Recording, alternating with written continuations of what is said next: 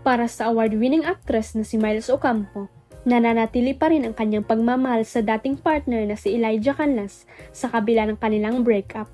Yan ang inamin ni Miles matapos siyang mag-open up sa naging interview with veteran broadcast journalist na si Karen Davila sa isang YouTube vlog. Ayon pa nga sa actress, itinuturing niyang true love si Elijah at masaya niyang ibinunyag na magkaibigan silang dalawa ngayon. May mga bagay na nangyari of course sa isang relationship, hindi lang naman isang tao you both have to make it work, sabi ni Miles. Paliwanag niyang may pagkukulang yung isa't isa but I'm happy na naiwan lahat ng issue namin na yung 2023. We opened this year na okay na kami, na nag-uusap na ulit and all, patuloy ng actress.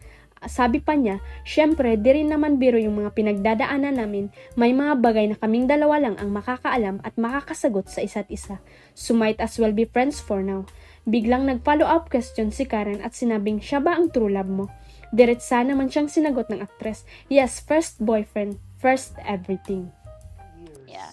May mga bagay na nangyari, Miss Karen, of course, sa isang relationship naman, it's not just, hindi lang naman isang tao, parang you have to make it work kayong dalawa.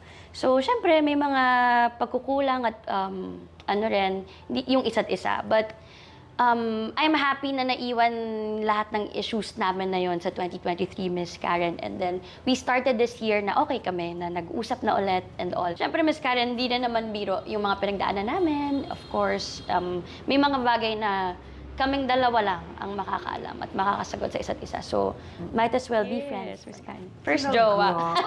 First boyfriend, first everything.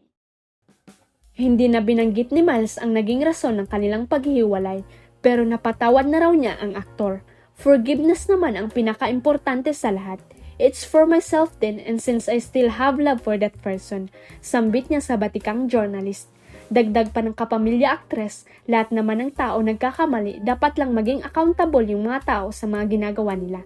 Kasunod niyan, sinabi ni Miles na mas bibigyan na muna niya ng pansin ang kanyang karera at siya raw ay magpapahinga muna pagdating sa love life. Nung tanungin naman siya kung posible pang magkabalikan ang dating magjowa, ang sagot ni Miles, tingnan natin ang universe magsabi. May pinagsamaan kami, matagal din kami, and kapag ano na marami kayong pinagdaanan together, maraming happiness together, parang I have so much love and respect for that person. Saad pa niya.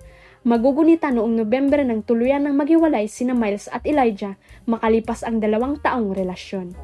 May pinagsamaan kami, matagal din kami, and kapag gano'n na marami kayong pinagdaanan together, marami kayong happy memories then together, di ba? Parang, I have so much love and respect for that person.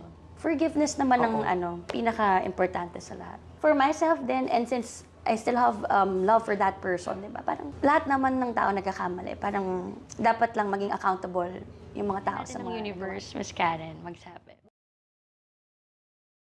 Huwag kalimutang i-click ang subscribe button at i-ring ang notification bell para sa latest at legit chika updates.